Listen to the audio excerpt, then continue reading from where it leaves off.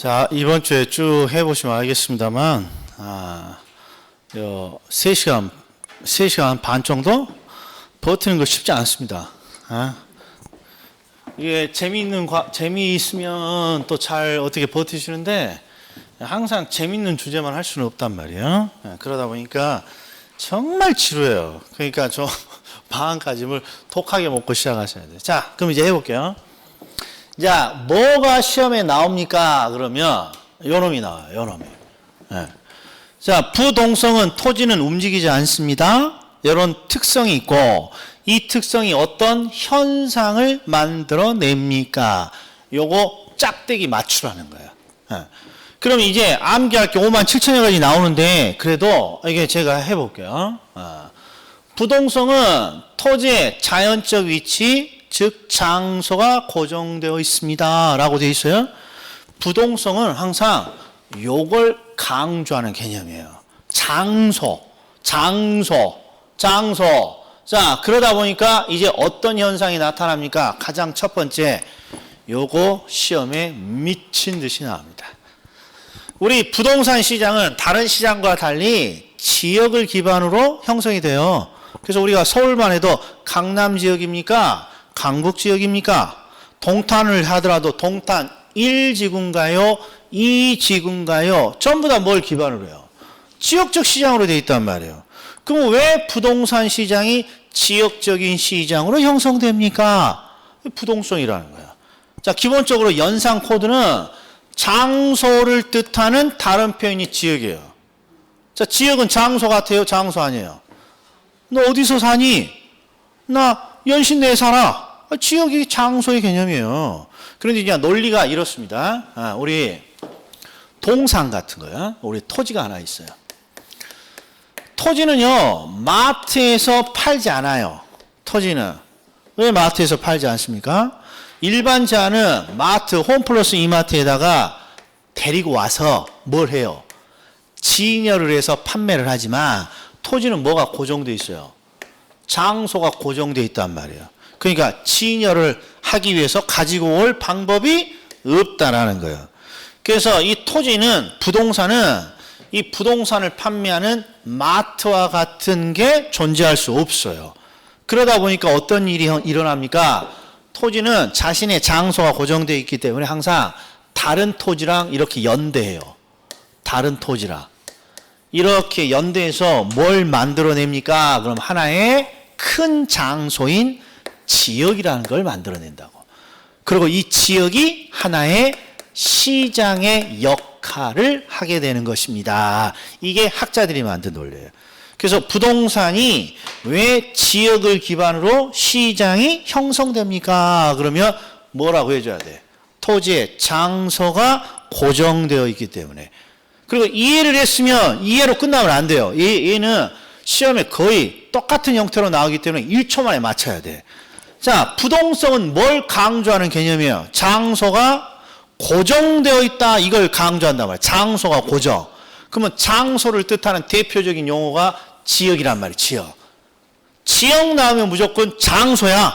지역 나오면, 그러니까 장소가 고정되어 있다는 부동성으로 무조건 현상을 맞춰줘야 돼요. 여기도 보세요. 지역 분석이 뭡니까? 뭔지는 모르겠지만 뭐가 나왔어? 지역이라는 장소가 나왔으니까 장소가 고정되어 있다, 부동성이 나오는 거예요. 그 우리는 부동산의 지역을 분석하죠? 왜 지역을 분석해요? 이해는 부동산 시장이 지역적인 시장이니까 지역을 분석하는 거예요. 자, 그 다음에 현장 봐요. 현장. 이거 장소 개념이에요? 장소가 아니에요? 장소 개념이잖아요. 우리는 왜 부동산의 현장으로 가서 부동산을 살피는 거예요? 우리가 중개에서 301호가 중개 의뢰되면 반드시 중개 대상물인 301호를 방문하죠. 이게 현장 활동이에요. 우리가 왜 301호를 방문해야 돼요? 부동산을 가지고 올 수 없으니까 대신 우리가 현장으로 가서 활동을 하는 거죠. 이게 전부 다 장소예요. 지역 장소, 현장 장소, 지역 장소. 그래서 여기서는 시험에 요놈이 겁나게 잘 나온다, 이런 말. 요놈이. 외부 효과. 자, 외부 효과가 뭡니까? 그러면 우리 아파트를 사례로 하나 들어보죠. 내가 거주하는 아파트인데 아파트 인근에 갑자기 쓰레기 야치장이 들어와요. 이래요. 그럼 어떤 일이 벌어날 것 같습니까? 아파트 옆에, 내가 사는 아파트 옆에 쓰레기 야치장이 들어옵니다. 그러면 아파트 주민들이 다 쏟아져 나옵니다. 한 사람도 빠짐없이. 그리고 오른손에는 뭘 들어요? 죽창을 들고 머리에는 뭘 메고 띠를 싸매고 오죠. 이 어떤 놈이 이거 결정했냐고, 다시는 안 뽑아준다고 처리하라고 그러지 않아요? 바로 이거예요. 외부 효과는 외부 환경의 변화에 영향을 받는다라는 뜻이에요. 외부에 영향을 많이 받습니다. 그런데 부동산에 나타나는 외부 효과는 강력해요. 아니, 모든 주민이 띠싸매고 죽창 들고 나올 정도로. 그러니까 왜 부동산은 외부 환경에 영향을 많이 받니? 이걸 물어보는 거예요. 그럼 이유가 무엇입니까? 그러면 부동성이에요. 이유를 해볼게요. 보셔요. 자, 쓰레기 야치장이 들어오면 아파트 가격이 폭락을 한단 말이에요. 그럼 왜 폭락을 합니까? 외관상 안 좋고 냄새가 나기 때문에 그런 거 아니에요. 그래서 아파트 주민들이 아파트에다가 다리를 만들어요. 이렇게. 그래서 아파트에다 명령, 야, 아파트야, 야, 냄새 난다, 야, 너 얼른 일어나봐. 해서 뿔끈 일어나서 냄새 없는 데로 이렇게 이동을 하게 되면 냄새에 영향을 받아야 안 받아요? 안 받는단 말이에요. 그럼 외부 효과에 영향을 받을 필요가 없는 거예요. 그런데 뭐가 없다? 이게 없기 때문에 그렇단 말이에요. 이게. 즉 자신이 고정되어 있기 때문에 외부 환경의 변화에 고스란히 영향을 받는 거예요. 이런 건 부동산에만 있는 건 아니에요. 부동산에만 있는 게 아니라 영화관을 갑니다. 그래서 영화 티켓을 딱 구입해요. 그러면 이미 자리는 정해져 버린 거 아니에요. 51번이면 딱 자리는 정해진 거 아니에요. 그런데 내가 딱 자리에 앉아서 영화를 보려고 봤더니 앞에 어디 씨름 선수 같은 인간이, 친구가 2명이 와서 여기에 둘이 딱 앉아버리면 어떻게 돼? 안 보이는 거 아니에요. 그러면 나는 왜 고민이에요? 앞에 씨름 선수가 완다고 그러면 내 자리가 고정되어 있기 때문에 고민인 거예요. 이게 내 자리가. 내 자리가 이동을 언제든지 할 수 있습니다. 뭔 문제예요? 다른 데 가서 보면 되지. 바로 이게 문제예요. 그래서 왜 외부 환경의 변화에 부동산이 영향을 많이 받습니까? 그러면 내가 고정되어 있기 때문에 그래요. 그러니까 외부 변화에 영향을 많이 받아요. 근데 시험에서 요건 추론이 잘 돼요.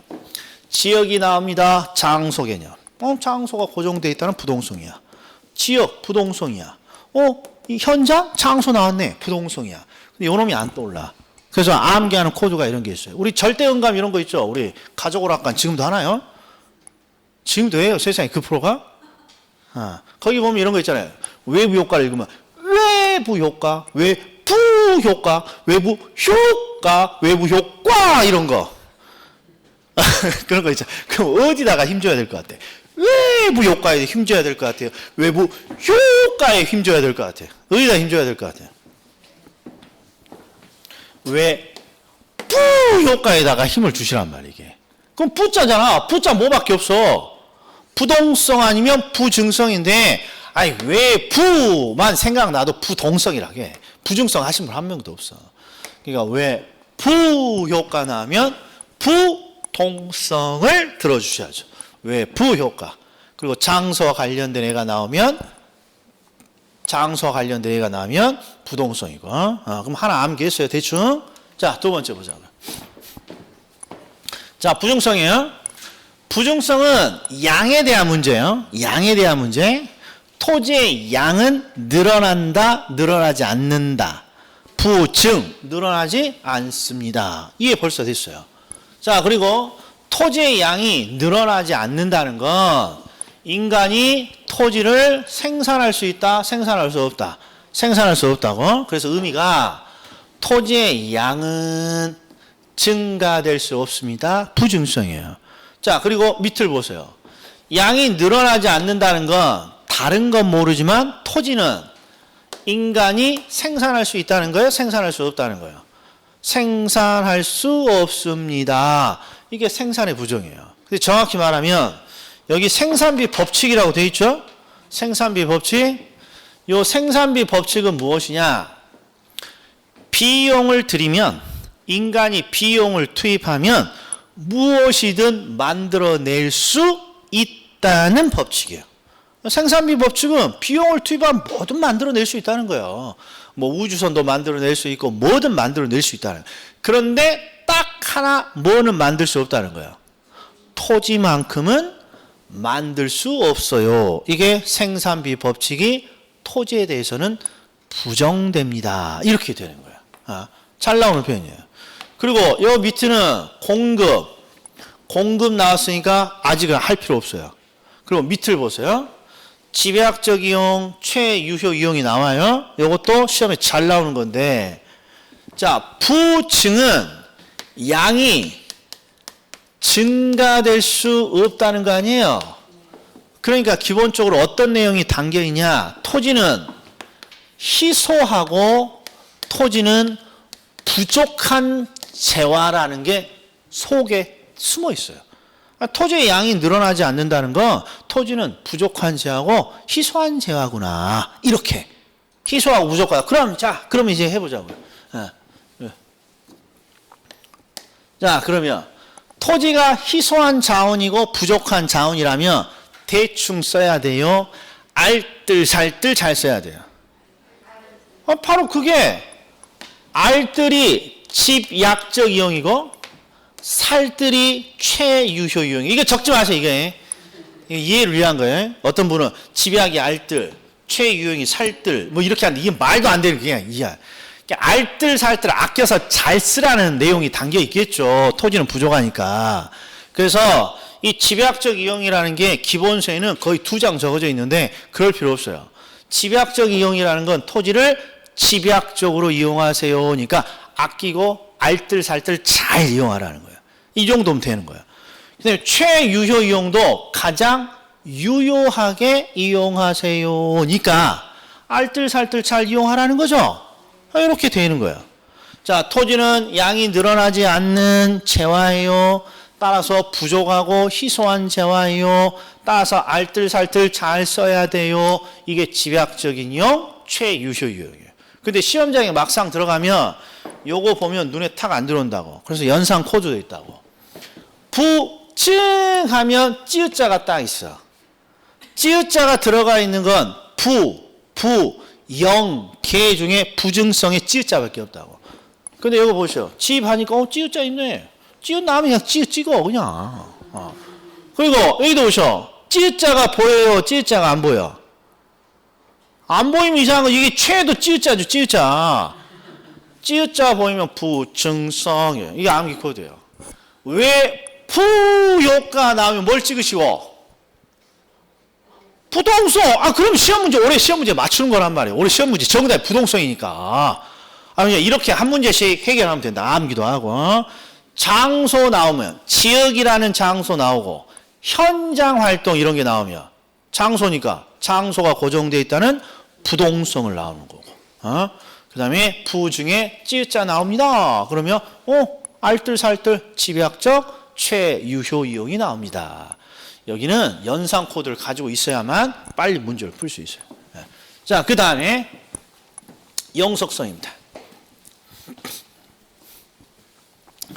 영속성은 내용 그 자체는 토지는 영원 불멸해져야죠.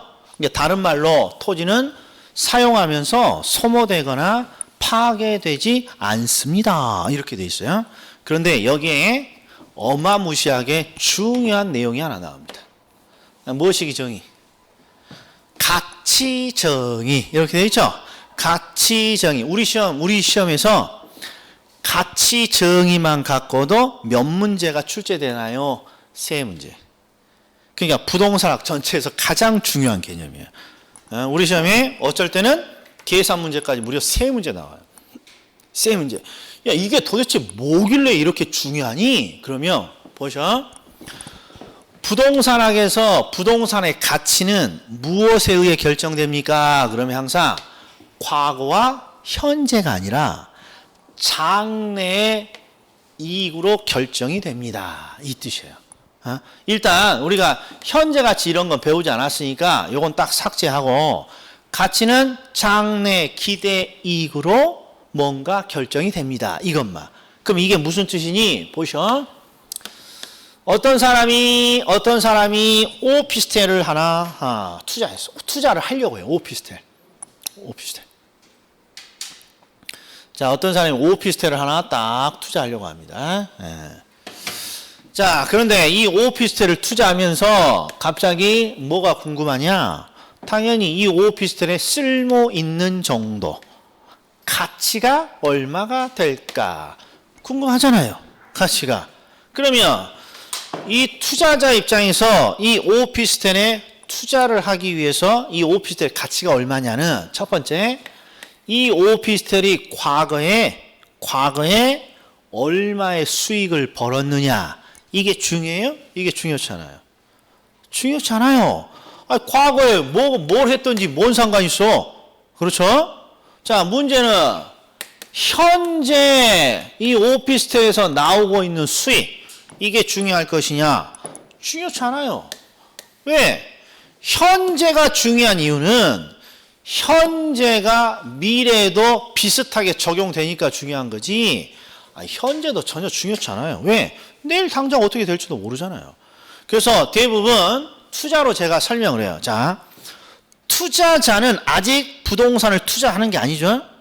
투자를 하기 위해서 이 오피스텔의 가치를 분석하면 이 사람은 아직 투자를 하려고 하는 사람이니까 이 오피스텔의 과거에 어땠고 현재 얼마의 임대 수익이 나오는지 전혀 관심 없어요. 뭐가 관심이냐?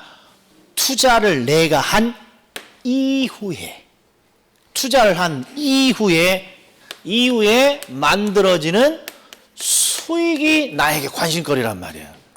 그래서 부동산 등의 가치는 항상 뭐가 중요합니까?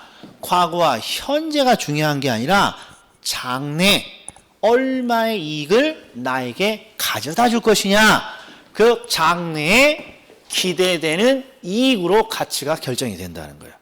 너무 중요해요. 그럼 제가 이거 사례로 한번 해보죠. 사례로. 자, 한번 해볼게요. 자, 갑자기 친구랑 이렇게 커피숍에 앉아 있단 말이에요. 제가 친구랑 커피숍에 딱 앉아 있는데 갑자기 심심해서 내 친구의 가치가 얼마가 될까 궁금한 거야. 내 친구의. 그러면 내 친구의 가치는 뭘로 결정이 되냐? 과거 애가 뭘 했고 지금 뭘 하는지가 중요한 게 아니에요. 내일부터 미래에 얼마의 이득을 만들어내는 인간이냐, 이 장래 이익이 중요해요. 그래서 내 친구가 40세라고 가정하고 그 다음에 우리가 일반 기업이라면 직장을 한 55세 정도까지 이렇게 다닐 수 있잖아요. 그리고 계산하기 편하게 매년 연봉이 1억 정도 나옵니다. 그러면 내 친구의 현재 시점의 가치는 앞으로 이 친구는 매년 연봉 1억씩 몇 년을 더 벌어갖고 올 수 있어요. 15년이죠? 40세부터 55세까지가 15년. 그러면 이 사람은, 내 친구는 앞으로 한 15년씩 1억이니까 15억 정도를 벌어갖고 올 수 있는 거예요. 그래서 내 친구의 경제적 가치는 얼마라는 거예요? 15억인 거예요. 이렇게 측정하는 게 경제적인 측면의 가치예요. 이거 슬퍼 보여요. 옳다구나 이런 생각이 들어봐요. 슬퍼 보인다고. 인간이니까 인간의 가치를 돈으로만 측정할 수는 없잖아요. 아니 봐봐, 나의 가치가 강남에 15평짜리 아파트 값도 안 된다고? 이게 말이 되냐고. 그래서 내 친구가 갑자기 화딱지가 나는 거예요. 그래서 어떤 걸 결정합니까? 야, 나도 공인 중개사 자격증에 도전을 한다. 그래서 애가 올해 1차, 내년에 2차 이렇게 봐서 2년 만에 자격증을 땄어요. 이렇게 가정을 하자고요. 그러면 이제 내 친구는 두 가지가 달라져요. 두 가지가. 일단 뭐가 달라질까요? 자격증을 따면. 일단 보는 게 달라요. 일반 직장. 제가 가정하기 위해서 1억이라고 했지만 일반 직장 다닌 거에 비하면 그렇죠. 중개업의 수익이 훨 압도적이죠. 여기 서대문구에 요새 제가 작년인가 심심해서 이쪽에 저기 서울흥인가요? 이쪽에 토지 제가 한번 그 매매를 봤어요. 근데 요새는 네이버 같은 데 보면 토지 물건을 실제 있는 물건을 올리면 그거에 대한 중개 수수료를 이렇게 적게 돼 있어요. 그게 300억짜리 토지야. 수수료 얼마겠어요? 아무튼 밑에 한 3천만 원 정도 적어져 있던 거예요. 벌고 싶어. 그냥 놀다가 한 건 딱 해서 그렇게 벌고 싶어요. 그래서 뼈 빠지게 한 달 동안 내내 일하고 싶어요. 이게 중개업의 하나의 또 장점이란 말이에요. 그러니까 가정하자고요. 중개업을 하게 되면, 영업을 잘 하게 되면 일반 직장 다니는 것보단 더 많이 벌 거야 가정하고 2배라고 가정하자고요. 그러니까 이제 이 사람은 뭐가 달라지느냐? 2억으로 내가 버는 돈이 2배가 돼요. 그리고 또 달라지는 게 뭐 있을까요? 정년이 없어. 정년이 전문 자격증이니까. 자, 우리 중개사는 몇 살까지 할 수 있을 것 같아요? 몸 관리만 잘해서 걸어 다닐 힘만 있으면 언제까지? 100살까지도 할 수 있어. 지금이 어떤 세상인데 그냥 쉬엄쉬엄 100살까지도. 그러면 15년이 아니라 앞으로 몇 년을 더 일할 수 있어 이게? 60년이나 일할 수 있어. 자격증이 있으면. 그러면 지금 이 친구는 공인중개사 자격증을 땀으로써 60년 동안 몇 년, 몇 억씩 2억, 그다음에 120억으로 가치가 올라간다 이란 말이에요. 이렇게 쑥. 그러면 이 사례에서 중개사 자격증의 가치는 얼마나 될까요? 이런 거예요. 자격증이 없었을 때 15억. 자격증이 있었더니 120억. 그러면 자격증의 가치는 얼마예요? 요 두 개의 차이 105억이 되는 거죠. 이게 중개사 자격증의 가치예요. 많아 보여요? 적어 보여요? 뭔 욕심이 이렇게 많아? 이 정도면 어마어마하게 많구만. 105억. 그리고 이걸 딱 보는 순간 오늘 퇴근해서 순전후 암기하고 가야겠다 생각이 들어요, 안 들어요? 들어야 된다 이런 말. 이게 이렇게 자격증의 가치를 추계하는 거예요. 대단히 높아요. 왜?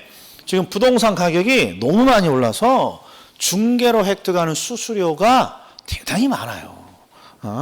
그렇기 때문에 이 중개사 자격증이 주는 가치는 높습니다. 자, 그래서 간혹가다 이런 거 있어요. 자, 학원비 때문에 뭔가 고민하시는 분이 있어. 그런데 합격하시는 분 봐봐. 합격을 딱 해서 영업을 해. 그래서 딱 한 건 하면 학원비 1년치 빠져버려. 이게 중개업이야. 중개업. 그런데 이제 중요한 건 여기 있어요. 아니, 1년 동안 공부하면서 돈이 중요한 건 아니에요. 우리들에게. 뭐가 더 중요할 것 같아요? 특히나 우리 자녀분이 있는 분들, 주부님들. 스트레스가 이것만큼, 공부하는 것만큼 스트레스. 이게 돈도 돈 문제지만 정말 여기에 그냥 매일 학원 나와서 시간 얽매인다는 스트레스. 그 다음에 간만에 공부를 하니까 뭔가 점수 잘 안 나온다는 스트레스. 이게 뭔가 분명히 오늘 했는데 돌아서니까 뭘 했지? 이런 스트레스. 이 스트레스가 장난이 아닙니다. 이게 돈의 문제가 아니라 시간, 그 다음에 스트레스 이런 거예요. 그래서 제 경험상 합격을 하신 분들이 언제 스트레스가 싹 해소되냐 그러면 영업에 나가서 첫 물건 하나 거래해서 수수료 받았을 때가 아니래요. 그거 해봤자 학원비밖에 안 나가. 학원비밖에 보충 안 돼. 뭘 해야 돼? 1년 쭉 하다가 이런 큰 건 하나 딱 얻어 걸리잖아요. 그러면 내가 하기를 잘했구나. 딱 이 생각이 든다는 거예요. 그러니까 현장에 나가서 중개를 한 건 했다고 우리가 공부한 스트레스가 안 풀린다는 거예요. 이게 실질적으로 우리 합격하신 분들이. 그런데 쭉 하다 보면 이렇게 좋은 물건이 하나씩 걸린대요. 그러면 그때 아이고 내가 그래도 스트레스 받아가면서 잘 버티길 잘했구나 이렇게 한다는 거예요. 그래서 결국 자본주의 사회에 보니까 자, 공부에 대한 보람 이런 거 말하시는 분 별로 없어. 현장에 나가시는 분은. 그래서 이렇게 큰 걸 한 거를 하면 나 하길 잘했구나 이런 생각이 든다는 거죠. 자, 포인트는 가치는 과거와 현재가 아니라 항상 뭘로 결정이 된다? 장래 이익으로 결정이 되는 거예요. 그래서 우리가 특히 토지와 같은 경우에요. 토지는 지금 농지를 내가 투자할 때 농지여서 사는 게 아니잖아요. 농지가 먼 미래에 택지나 다른 용도로 될 수도 있을 것 같아. 그런 장래에 기대되는 이익을 놓고 우리가 투자를 하는 것이지. 너무 잘 나와요. 그러면 이제 해보자고요. 시험에 나오는 거. 가치는 과거와 현재가 아니라 장래 이익으로 결정이 되는데 왜 그런가요? 이걸 물어보는 거예요. 왜? 장래에도 토지는 살아 있으니까. 영속성을 들어줘야 되는 거예요. 영속성. 우리가 나에 대해서 돈을 투자하는 건 엄격하지만 우리 애들의 돈을 투자하는 건 팍팍 많이 쓰잖아요. 내 거 아껴서. 왜 그래요? 애들이 장래가 더 길기 때문에 그런 거예요. 그래서 거기다가 투자를 하는 거죠. 그래서 항상 장래 기대이익으로 부동산의 가치가 결정되는 이유는 왜 그렇습니까? 장래도 살아있으니까. 그리고 장래 이익으로 가치가 결정이 되는 거니까 우리는 항상 장래 얼마 이익을 얻을 수 있는지 뭘 해줘야 돼요? 예측해줘야 됩니다. 이게 세트면이에요. 예측. 근데 부동산학에서는 미래를 예측하는 걸 뭐라고 표현합니까? 장기적인 배려입니다. 이렇게 말해요. 장기적인 배려입니다. 그러니까 장기적인 배려를 해. 이 말은 미래를 예측해봐. 이런 뜻이라는 거죠. 잘 나옵니다. 자, 그 다음에 하나만 더. 임대차 시장. 자, 우리 부동산은 유달리 임대차 시장이 발달되어 있잖아요. 그 이유를 묻는 거예요. 이것도 어려워요. 한번 보십시오. 자, 토지는요, 어떤 재화입니까? 영원 불변의 재화예요. 이런 걸 영속성이라고 부른단 말이에요. 근데 토지와 아주 상반된 애가 있어요. 대표적으로 제가 꼭 아이스크림을 들어요. 금방 녹아서 사라지니까. 이런 아이스크림 같은 걸 우리는 뭐라 그러냐? 금방 소모되는 자산입니다. 소모성 자산이라고 해요. 소모성. 그런데 가만히 생각해 보면 세상은요, 물건이 다 토지화처럼 영속적인 건 거의 없어요. 토지밖에. 그리고 아이스크림처럼 금방 소모되는 자산으로만 있는 것도 아니에요. 대부분 요 중간에 있어요. 중간에. 그게 바로 건물이라든지 또 자동차라든지 가구라든지 이런 것들. 이런 것들은 영속적인 것도 아니고 금방 소모되는 것도 아니죠. 그래서 얘를 뭐라고 그러냐 그러면 내구성을 갖는 재화입니다. 이렇게 불러요. 내구성. 이 내구성이라는 건 내는 내용연수를 뜻해요. 내용연수, 구는 오래 구자니까 오래 지속된다는 뜻이에요. 내용연수가 오래 지속됩니다. 근데 이 내용연수라는 건 사용기간을 말하는 거야. 대부분의 재화는 사용기간이 오래 지속되는 거야. 그럼 이제 해보자고요. 재화를 크게 이렇게 세 가지로 나눴을 때 임대차 시장이 보이지 않는 재화가 있어요. 요놈이에요. 요놈은 죽었다 깨나도 임대차 시장이 없어요. 왜? 금방 소모되는데 무슨 임대차를 해요? 아이스크림 임대차 시장 봤어요? 없단 말이에요. 그러니까 시중에 임대차 시장이 발달되어 있는 애는 최소한 토지처럼 영속적이거나 건물처럼 내구성, 사용을 오래 할 수 있는 재화의 임대차 시장이 발달되어 있는 거예요. 그러면 왜 그러니? 보세요. 임대차라는 건 임대료라는 대가를 지불하고 남의 물건을 빌려서 쓰는 거예요. 그런데 대가까지 지불하고 남의 물건을 빌렸다면 내가 원하는 만큼 충분히 사용하고 싶어요. 딸랑 대가까지 주고 한 5분 쓰고 싶어요. 아니잖아요. 뭔가 대가를 지불하고 남의 물건을 빌렸습니다. 그러면 정상적이라면 내가 원하는 만큼 충분히 빌려서 사용할 수 있어야 돼요. 아니 내가 원하는 만큼 충분히 빌려서 사용 못한다면 뭐예요? 매매해야지, 사야지 물건을. 그래서 이런 영속성과 내구성 등 사용기간이 충분히 확보된 애들만 대가를 받고 임대가 가능한 거예요. 그렇지 않으면 임대차가 이루어지지 않는 거예요. 그래서 항상 왜 부동산 등의 임대차 시장이 발달되어 있니? 그러면 토지는 영속적인 제하고 건물은 사용기간이 오래이기 때문에 그래요. 그럼 이제 결론을 내볼게요. 보세요. 토지는 영원 불멸의 재화예요. 그리고 누가 쓴다고 해서 달아지는 것도 아니잖아요. 영속성이니까. 그래서 내가 토지를 지금 가지고 있는데 지금 당장 토지를 쓸 이유가 없어요. 내가 농사 짓는 것도 아니라. 그럼 뭐예요? 그냥 놔두는 게 경제적이에요. 누군가에게는 빌려주고 대가를 받는 게 경제적이에요. 그래서 임대차 시장이 발달되어 있는 거예요. 이게 건물과 같은 것도 마찬가지예요. 내가 아파트를 하나 투자했는데 지금 당장 내가 사용할 필요는 없잖아요. 투자 목적이니까. 그러면 일단 사용기간이 오래되니까 금방 사라지는 것도 아니고 남이 쓴다고 해서 크게 달아지는 것도 아니니까 임대료를 받고 남에게 빌려줄 수 있는 거예요. 그래서 임대차 시장이 왜 발달되어 있습니까? 그러면 오래 쓰니까 그러는 거예요. 오래 쓰니까. 그런데 이게 시험장에 가면 잘 안 떠오른대. 그래서 임대차 앞에 보면 이응자 보여요? 이응자? 그러면 부부 연계 중에 이응자가 있는 게 하나 있어. 뭐가 있어요? 영속성이야 이게. 임대차 이응 보이면 이응 임대차. 찌읒 보이면 집약적 최유효 이용 찌읒 보이면 부증성. 왜 부효과 보이면 부동성. 이렇게 해주면 된다 이러면 이게. 나머지는 우리가 쉽게 찾을 수 있는 것들이니까. 됐습니까? 네.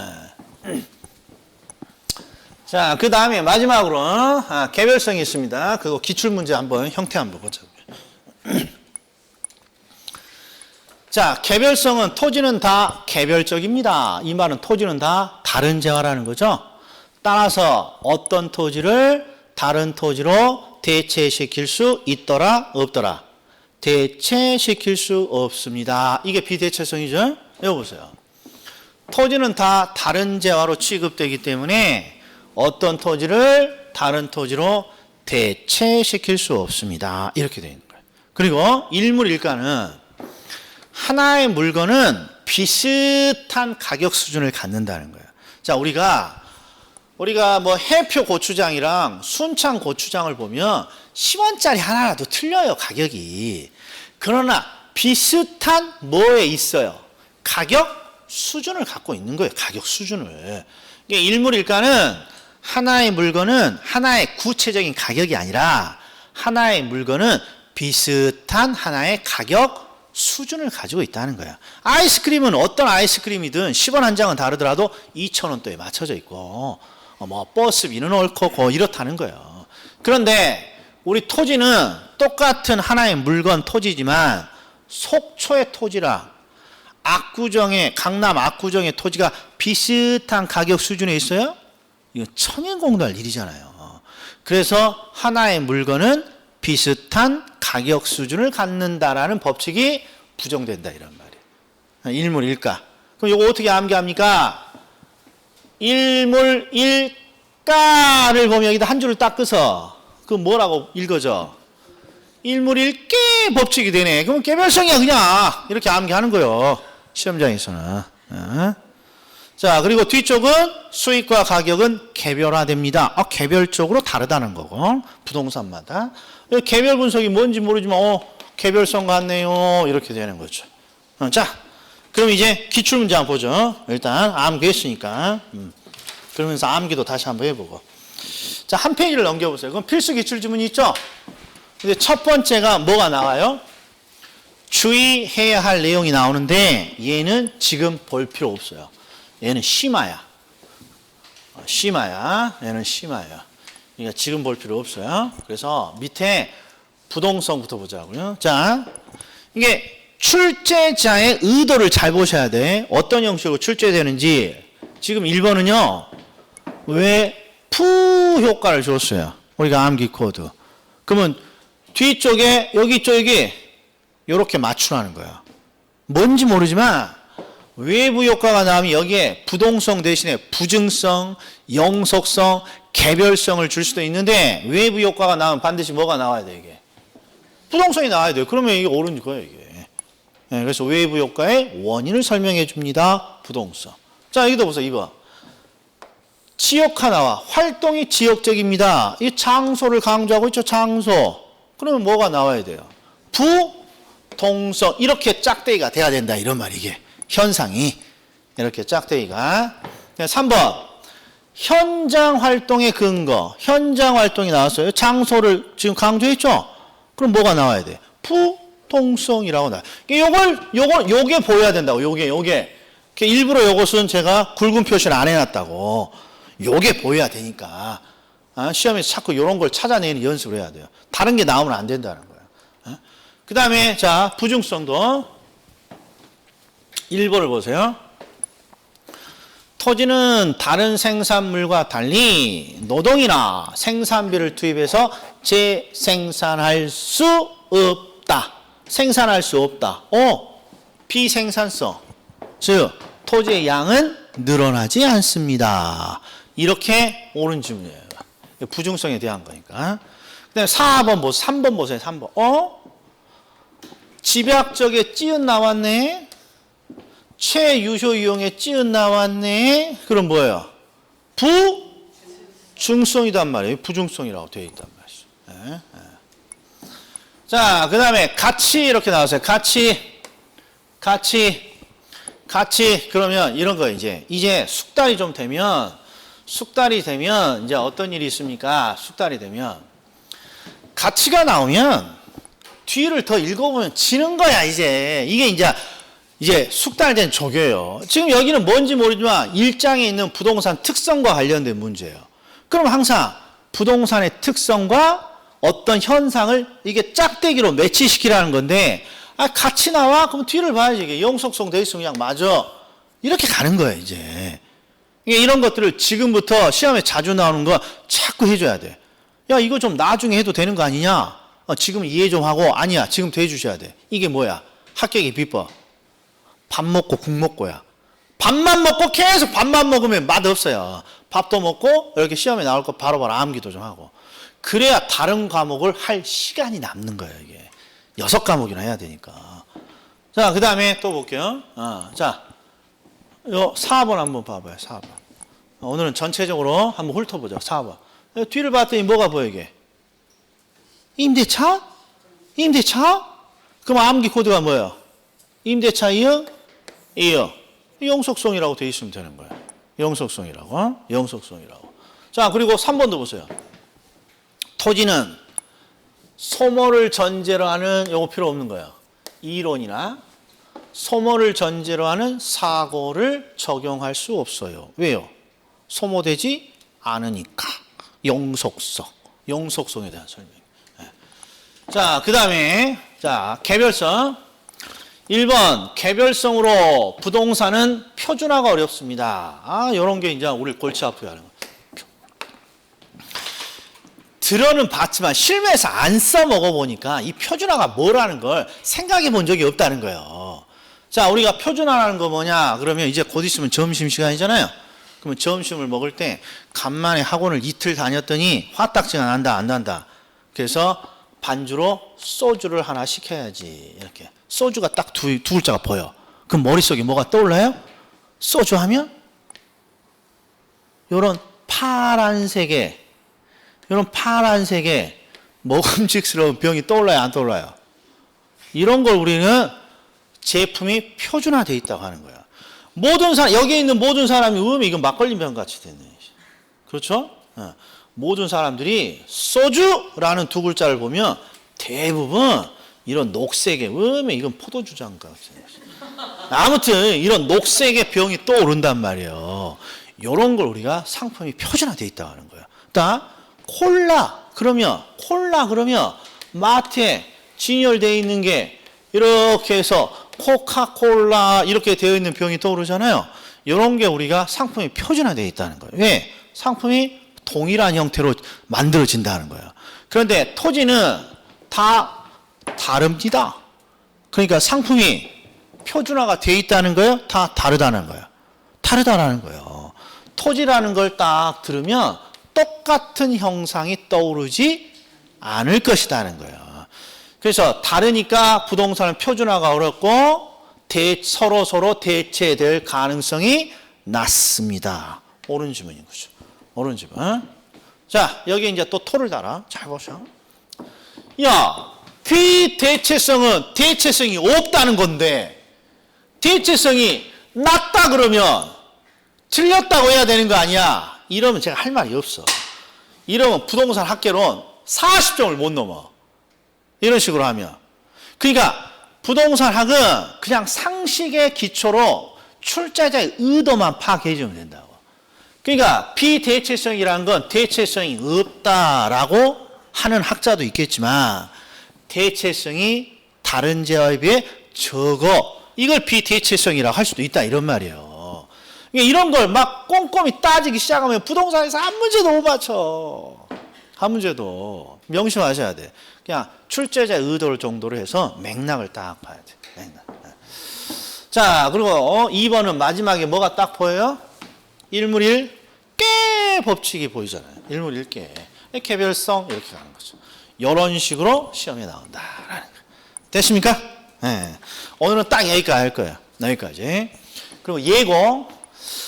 자, 다음 주에는 경제론을 한번 하루 정도 해볼 거예요. 경제론과 관련해서 요것저것 암기하고 미리 선행을 좀 해야 될 거. 다음 주에 딱 하는 내용만 머릿속에 가지고 있으면 경제론 더 이상 뭐 할 것도 없어요. 특히 내가 경제를 전공하지 않았다 그러면 가볍게 한번 들어볼 아주 좋은 강의예요.